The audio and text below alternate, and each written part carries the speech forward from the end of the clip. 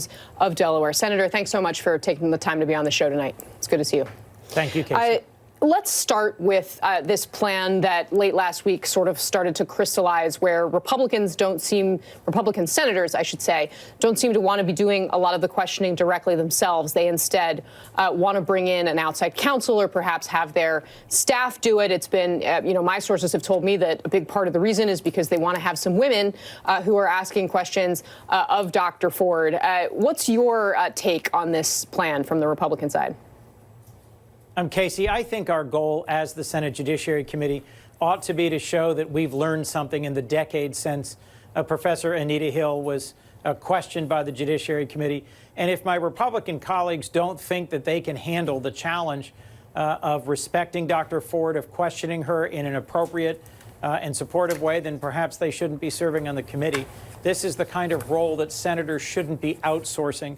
If they don't like the optics of having a group of all white men on the Republican side of the Judiciary Committee grilling Dr. Ford, then perhaps they should reconsider their questioning style and consider that we could have offered to Dr. Ford an appropriate hearing by including an FBI background check, by inviting or compelling Mark Judge to testify, by bringing in the former FBI agent who administered a lie detector test to Dr. Ford that she passed, or by calling in front of the committee expert witnesses on the dynamics of sexual assault and how it affects memory.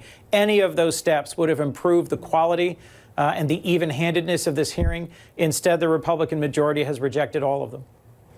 Have you made up your mind about who you think is telling the truth here? I have made up my mind that I'm voting against Judge Kavanaugh, and that's based on his jurisprudence. As you may have followed in my questioning of Judge Kavanaugh, I focused on concerns about his views on presidential power, which I think are well outside the mainstream. I also believe Dr. Ford. I think we should have a hearing where it's possible for her to have a respectful opportunity to present her allegations. But I think there are a few members of both sides, Republican and Democrat, where who they believe this week will make the difference in how they vote. So you do think that in the case of perhaps Susan Collins or Lisa Murkowski, that this hearing could make a difference to the outcome of the confirmation? I do. Okay. So the Wall Street Journal editorial board put out this op-ed piece about what it deems to be a lack of due process being afforded to Kavanaugh by Democrats. The Democratic standard for sexual assault allegations, they write, is that they should be accepted as true, merely for having been made. The accuser is assumed to be telling the truth because the accuser is a woman. The burden is on Mr. Kavanaugh to prove his innocence. If he cannot do so, then he is unfit to serve on the court. This turns American justice and due process upside down. Senator Massey Hirono has been an outspoken advocate of Dr. Ford's, and I want to just play how she responded to Kavanaugh's right to a presumption of innocence during an interview she did this morning. Take a look. I put his denial in the context of everything that I know about him in terms of how he approaches his cases. As I said, his credibility is already very questionable. It is so important that there be at least an investigation so that there's some effort at collaboration. As far as his friend, Mark Judge, not even testify, that is astounding to me.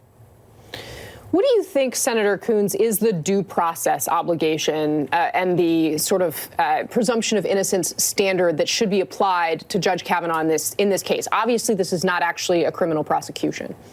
Right. It is important for all of us to remember in how we prepare ourselves for this session of the Judiciary Committee and how we talk about this, that Dr. Ford is not on trial. There are, if we have reasonable estimates of the number of victims of sexual assault in this country, there will almost certainly be hundreds of thousands, if not more, victims of sexual assault who will be watching these hearings closely. And if she is put on trial, it will discourage so many others from ever coming forward with their stories in other settings to challenge the conduct of other assault perpetrators, men or women, although they are mostly perpetrated by men. I do think it's important that Judge Kavanaugh be given a fair and reasonable opportunity to bring his side of this story forward. But frankly, what would have made this into a more fair and a more appropriate confirmation hearing was to do what we do with all nominees for a lifetime seat on a federal court, whether the Supreme Court or other courts, which is to have the FBI do an expanded background investigation. Every single nominee who comes in front of the Judiciary Committee has had to clear a background check. I'll remind you, it's Judge Kavanaugh who's seeking a lifetime appointment, not Dr. Ford, who's seeking to charge him in a court of law.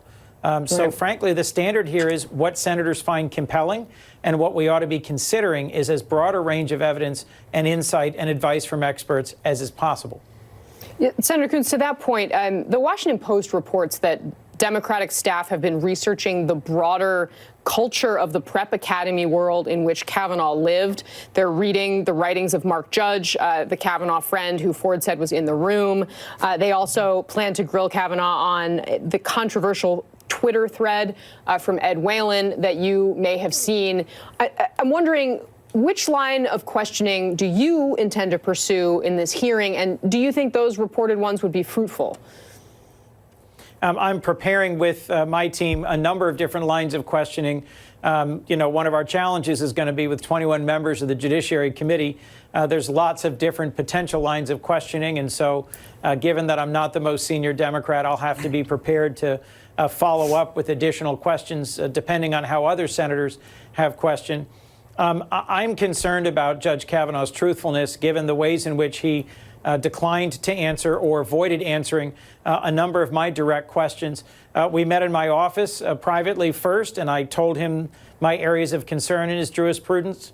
Then I sent him a public letter telling him what I would be questioning him on the hearing. Then I questioned him over more than an hour, over several rounds in his confirmation hearing. And then I sent him written questions in a letter of follow-up. And I felt that on several critical points, in particular around his extreme view of presidential power, that Judge Kavanaugh was not forthcoming with me and did not defend a number of his more extreme positions. Do you think he lied to you in recent decisions? Did you feel as though he lied to you in those exchanges? I wouldn't put it that directly in my questioning of him. I'd say that he shaded or avoided answering or changed the subject or cited other jurists in order to avoid having a direct conversation. I would have far preferred that he just directly defend his views.